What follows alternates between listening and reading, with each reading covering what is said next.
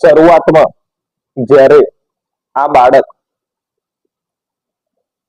અમિતાભ બચ્ચનની સામે જ્યારે બેઠો ત્યારે તમે જુઓ એને આ બે હાથ જોડી અને ભગવાનનો આભાર માન્યો.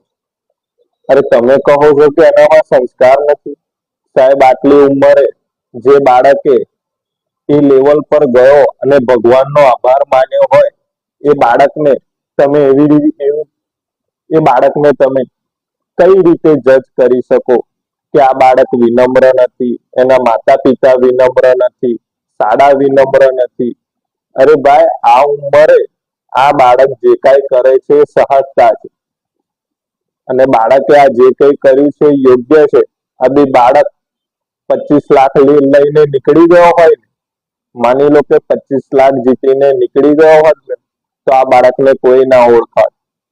પરંતુ આજે એના વર્તનના કારણે આજે આખા ભારતમાં એની ચર્ચા છે અને લોકો એને ઓળખે છે.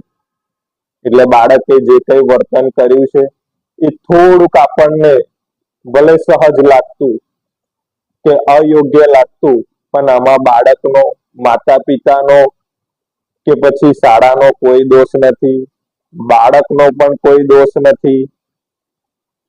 તમે એની શરૂઆત અને અંત આ બંનેને તમે કાં તો એના ચહેરાના હાવભાવને જો તમે જજ કરો તો તમને ખ્યાલ આવશે કે બાળક એની ઉંમરના લેવલ પ્રમાણે યોગ્ય છે, કાં તો એની ઉંમર પ્રમાણે એનામાં જે સમજ છે આજે વિડીયો જોઈ અને કોમેન્ટ કરનાર વ્યક્તિઓમાં એ સમજ જ નથી, એ લેવલ જ નથી.